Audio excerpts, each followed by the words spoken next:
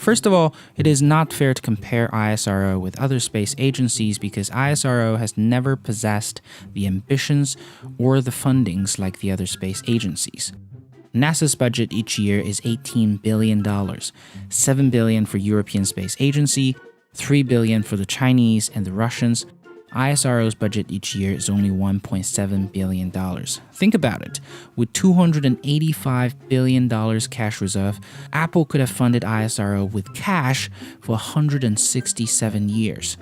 That is how little ISRo spends every year, and that is why comparing ISRo with NASA wouldn't be fair. However, this is not to say that ISRo has not achieved extraordinary results. It has.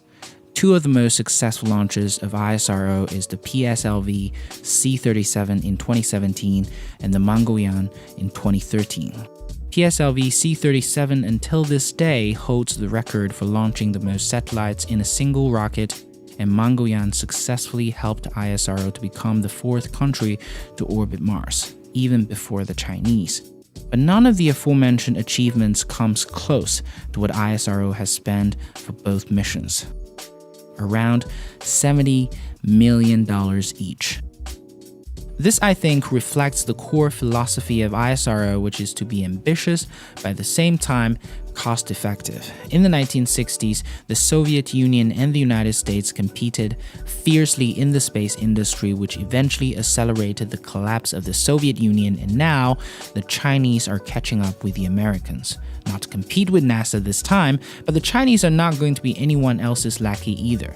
Therefore, while other space agencies compete to make the most powerful rockets in the world, ISRo never seemed to care about that.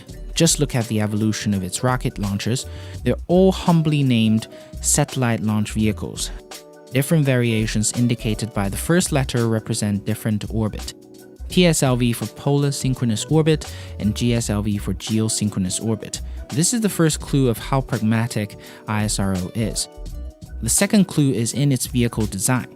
If you take a closer look at ISRo's rocket evolution, it looks almost like SpaceX. The only difference is that ISRo has a more stable financial support from the Indian government, and SpaceX had none. But in terms of the approach to design launch vehicles, both organizations are very similar. SLV and ASLV was initiated in the 1980s, and ASLV's capability is similar to that of Falcon 1. The three versions of PSLVs have similar capabilities comparing to early versions of Falcon 9, and the GSLV has capabilities somewhat catching on to Falcon 9 Block 5. None of them could be classified as a super heavy lift launch vehicle like Falcon Heavy and Saturn V, but they're all super reliable and, most importantly, very cost effective.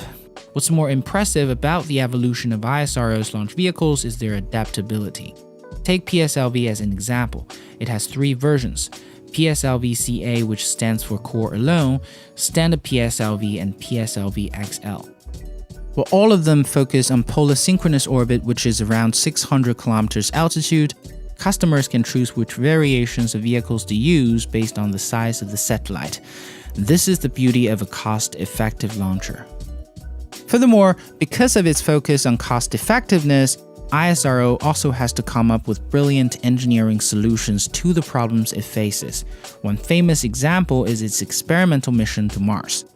On top of being the only successful Mars mission on the first try, ISRo had to perform 6 orbit-raising maneuvers over 3 weeks before heading to Mars. Because the vehicle does not have enough power like the Falcon Heavy to send satellites directly to Mars, it slowly raises the satellite's orbit before injecting it successfully to a heliocentric orbit to Mars.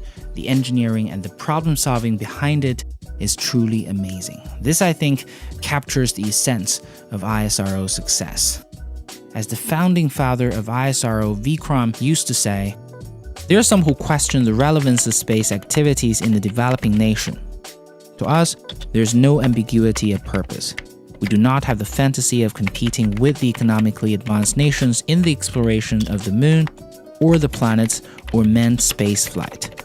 But we're convinced that if we're to play a meaningful role nationally and in the community of nations, we must be second to none in the applications of advanced technologies to the real problems of man and society. I think this is the key to understand what ISRO stands for and how it differs from other space agencies and companies. This is also why I said at the beginning, it is really hard to pigeonhole ISRO. It didn't have the fundings that NASA had, it didn't have the startup mindset and institution that SpaceX had, but none of this stopped ISRO from doing something extraordinary.